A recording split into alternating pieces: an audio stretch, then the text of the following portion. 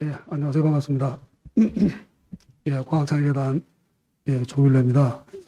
올해 우리 사회의 과학기술 이슈들을 좀 결산하고 다가올 새로운 과학기술 이슈들을 담론을 탐색하는 2021년 과학기술 문화 심포지움을 지금부터 시작하겠습니다.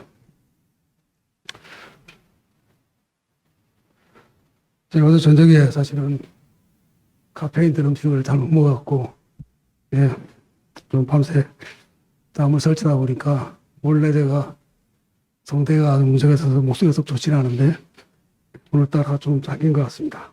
양해 말씀드리고요.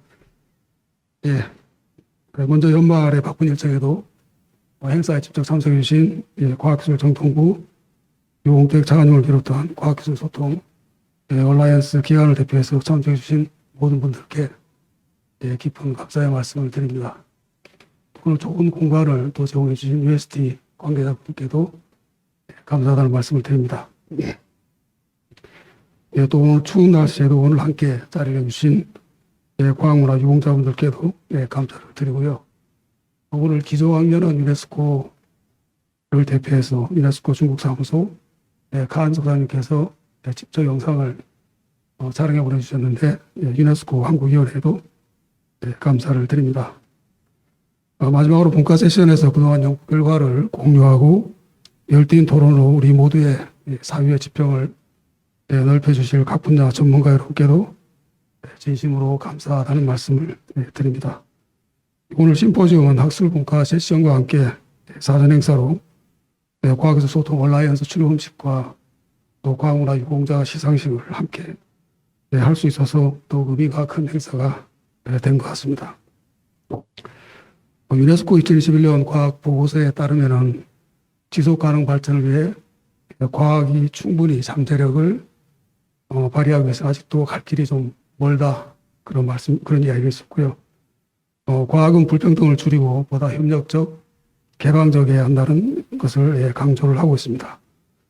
과학은 우리가 생각했던 것, 상상했던 것보다 훨씬 빠르게 발전하고 있고 새로운 세상을 만들어가고 있습니다. 다양한 매체를 통해 쏟아지는 정보의 홍수 속에서도 대다수의 대중들은 정확한 과학 정보와 과학 지식과 정보를 전달하지 못하고 계층 간, 세대 간 여러 가지 격차가 더 커지고 있습니다. 비록 많은 과학기술인들이 디지털 매체 등을 통해 또는 직접 학교와 지역학교를 방문해서 국민과의 소통에 앞장서고 있지만은 여전히 과학기술계의 관심과 참여가 부족한 게 사실입니다. 물론 이 모든 게 역시 과학기술인들만의 책임은 아니라고 생각합니다.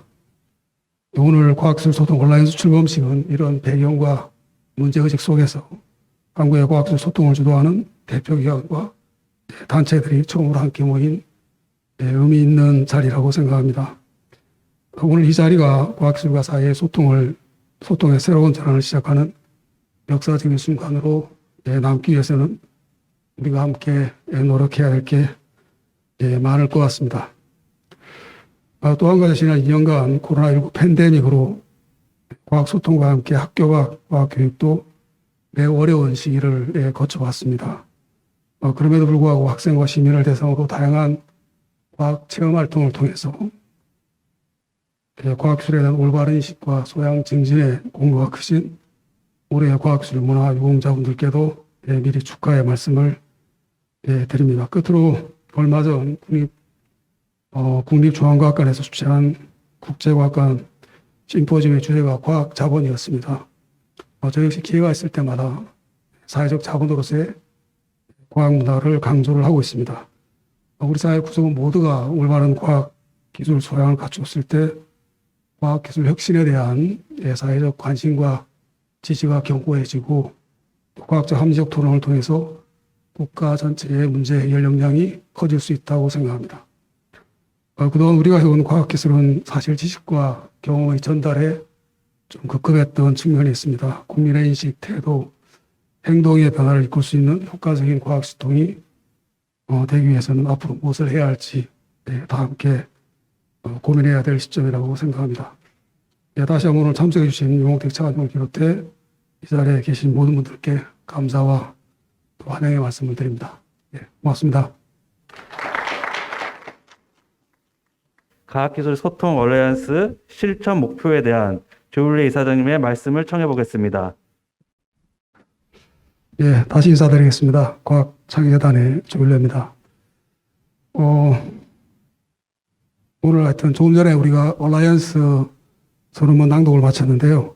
얼라이언스 일원으로서 가슴 뿌듯한 그런 순간이었습니다. 아마 다른 분들도 같은 생각이 아니었을까 그렇게 생각을 합니다. 이제는 저희가 지금부터는 앞으로 무엇을 해야 될지에 대해서 고민을 해야 될 시점이라고 생각합니다. 관련해서 제가 조금 몇 가지 좀 제안 겸 이렇게 4대 실천 목표를 말씀을 드릴 텐데요. 사실 이거 말씀드리기 전에 그 과학기술 소통 얼라이언스는 그동안에 저희가 2004년도에 사이언스 코리아 운동을 하면서 그 가장 이제 주장했던 세 가지 포인트가 어떻게 두 가지 포인트. 하나는 과학기술 문화 활동 주체를 좀 다원화하자는 말이 있었고, 그 다음에 그것을 전달하기 위한 미디어 플랫폼을 좀 다양하자는 그런 주장이 있었는데, 그 두 가지는 시간이 지나면서 사실 해결이 됐어요. 요즘 많은 분들이, 과학자를 포함해서 많은 분들이 사실은 과학문화 소통, 활동 주체로 많이 활동을 하고 계시고, 또 요즘 뉴미디어 출연으로 인해서 그런 부분이 많이 활성화되어 있는데, 오히려 조금은 막 정보나 지식이 넘쳐나고 있어서 그 정보의 어떤 전문성, 신뢰성을 확보를 하는 게 더 시급한 과제가 됐고, 그걸 하려고 그러면 결국 연구 현장에 계시는 연구자분들이 직접 과학기술 문화활동 소통에 좀 적극적으로 주역으로 참여를 해주셔야 된다는 차원에서 오늘 과학기술 소통 얼라이언스 출범을 기획 단계부터 고민을 많이 했었고요. 5개 선언문에 에 따른 저희들이 좀 실천 방안으로서 제가 준비한 슬라이드 4대 실천 목표와 과학문화 캠페인인데요. 하나씩 말씀을 드리면서 드리도록 하겠습니다.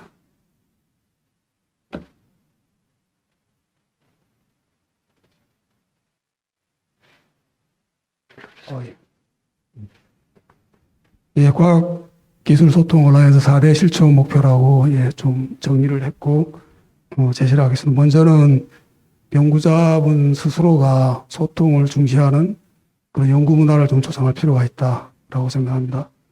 사실 출연연구위원회 연구자분들이 본인의 연구 성과를 연구자분들의 경우는 사실은 과학기술 사회와의 소통에 조금은 소극적이세요. 그리고 좀 부수적인 일로 그렇게 좀 치부가 되고 있고, 또 기관장님들마저도 사실은 그렇게 적극적이지 않고 좀 별로 관심이 좀 크지가 않은데, 사실은 그 연구자분들 입장에서 사회와의 소통을 한다는 것은 연구기관뿐만 아니라 과학기술 투자 확대를 위한 사회적 지지와 또는 이해를 높인다는 점에서는 굉장히 중요한 일이라고 생각을 합니다.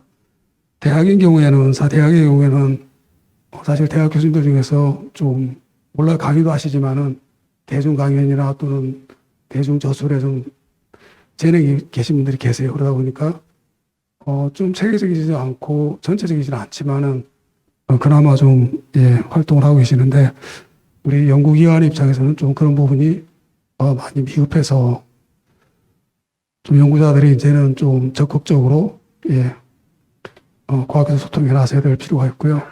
실제로 대의민주주의가 좀 먼저 발전했던 서구의 경우에는 대학에서부터 연구자가 과학 연구를 하면서 사회와의 소통 또는 활동에 적극적으로 참여해야 되는 것이 대단히 중요하다, 이렇게 공부를 가르치고 있습니다. 그런 면에서 저희들이 지금이라도 연구자분들이 좀 더 사회와의 소통에 적극적으로 나서야 될 필요가 있다는 차원에서 첫 번째 목표로 연구 소통 문화 조성을 제시를 했고요.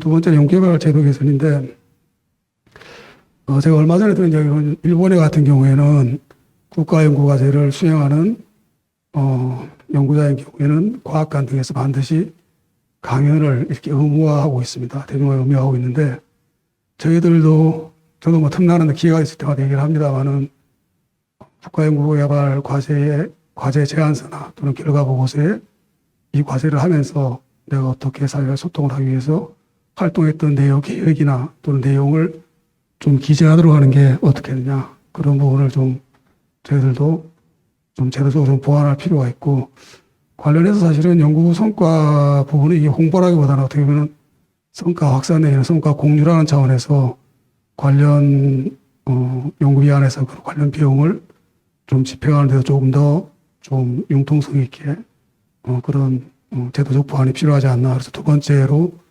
연구개발 제도 개선을 저희가 실천 목표로 제시를 했고요.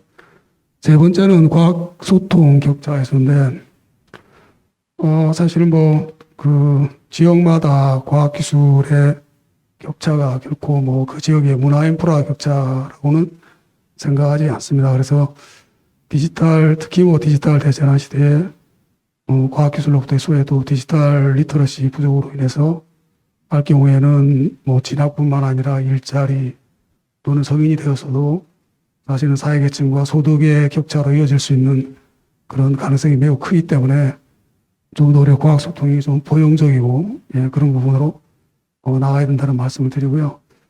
지난 10월 달에 그 대전에서 사이언스 페스티벌이 열렸는데, 그 페스티벌을 주관했던 대전 마케팅 공사 사장님께서 하시는 말씀이 참석자들이 많으셨는데, 본인이 학부모들 눈에서 두려움을 봤다 그래요.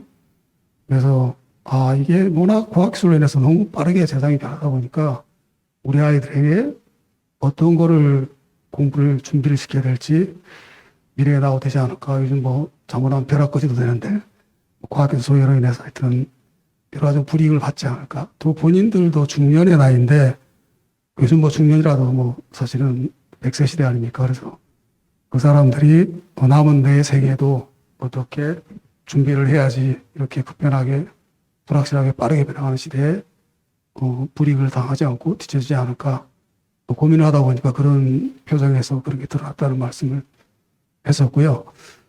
또 저희들도 이렇게 그 재단에서 우리가 사회공헌 활동으로 이제 그 노인복지회관도 방문하고 그러는데, 의외로 실버 계층에서도 디지털 지식, 과학기술 지식에 대한 호기심이 굉장히 큽니다. 그래서 그런 부분을 저희들이 커버할 수 있는 그런 노력을 해야 되지 않을까 생각이 됩니다. 마지막으로 사회적 참여 확대 부분은 우리 우은태 교수님도 말씀하셨는데, 과학기술기본법 제정을 계기로 해서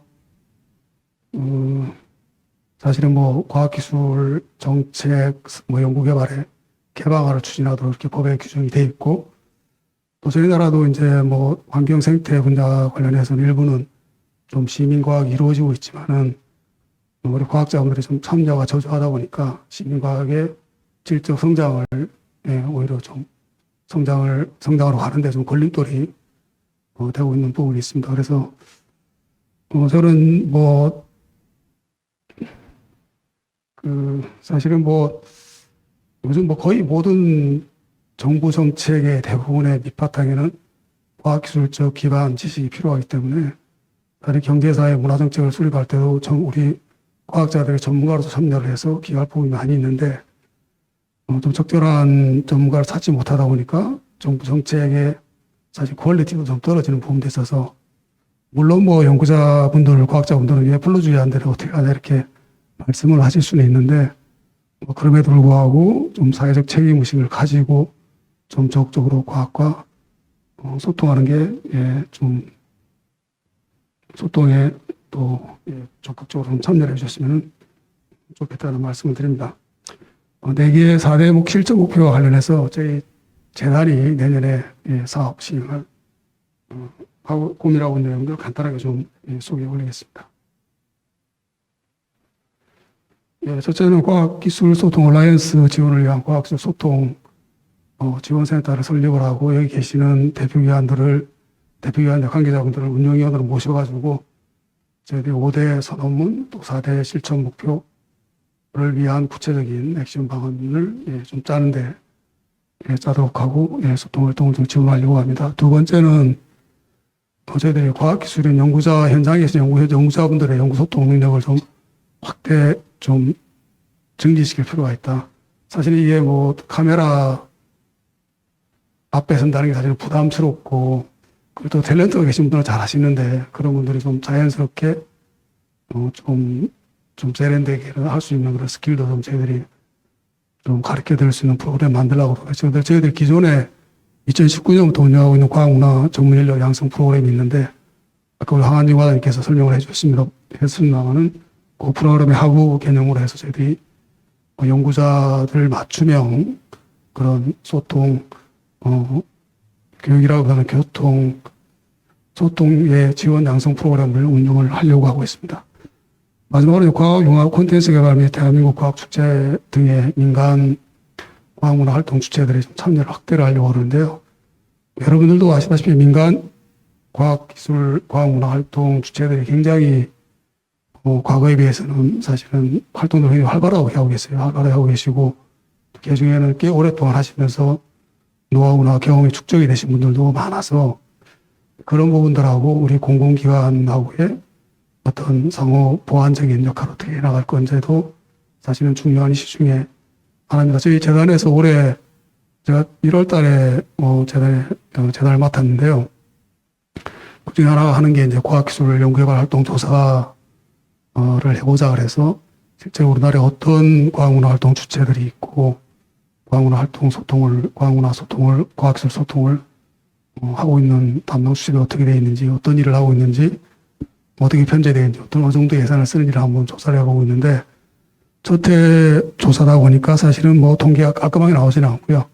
좀 거칠게 나오긴 합니다만은 전체적인 그림을 좀 저희 들여다보면서 민간 부분의 활동 주체분들이 굉장히 열심히 하고 계시고, 그래서 저희들이 이제 내년에 하려고 하는 게 한 두 가지입니다. 하나는 요거는 조금 다른 결입니다만은 창작자 협회나 뭐 시나리오 작가들 같은 입장에서는 사실 아이디어에 배고프잖아요. 그래서 그 사람들이 과학기술 관련 테마를 가지고 뭐를 해보려고 하더라도 뭔가 충격적인 아이디어가 좀 와야 되니까, 그래서 그런 분들을 저희 내년에는 좀 전체적으로 모시고 출연연도 방문도 시키고, 그래서 우리 마홍연이나 원자력연 대전에 얼마나 많은 그런 자원이 있습니까? 그래서 보여드리고 좀 새로운 그런 인사이트도 받고 아이디어도 가져갈 수 있도록 그런 미팅 주선도 하고 방문해서 과학자들과의 상호 의견 교환할 수 있는 그런 기회도 좀 만들어 주려고 합니다.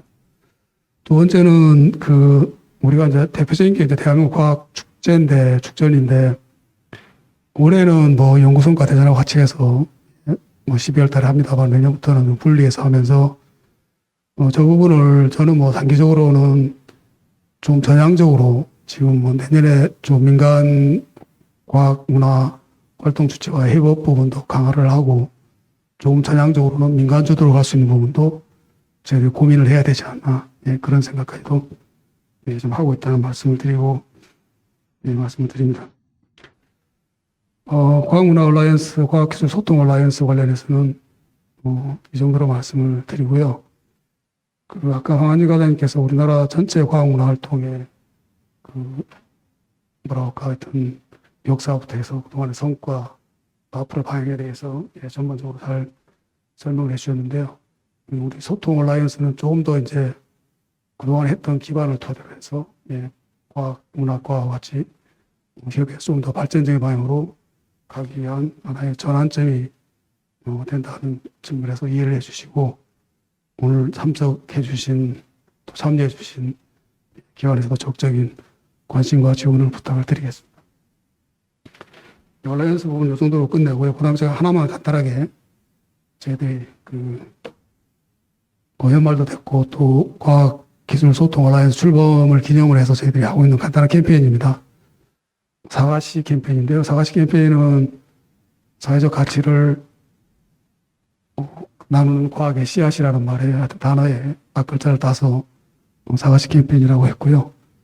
현재 한 과총과 저희 재단 또 출연연구원에서 한 20개 기관이 같이 협조해서 기부를 받아서 도서도 한 4,000권 정도, 또 과학굿즈도 4,000여 개를 확보를 했고요. 한 155개 정도의 패킹을 해서 과학도서, 과학굿즈 꾸러미를 전국 소외계층 또는 취약계층 청소년들한테 보고하려고 합니다.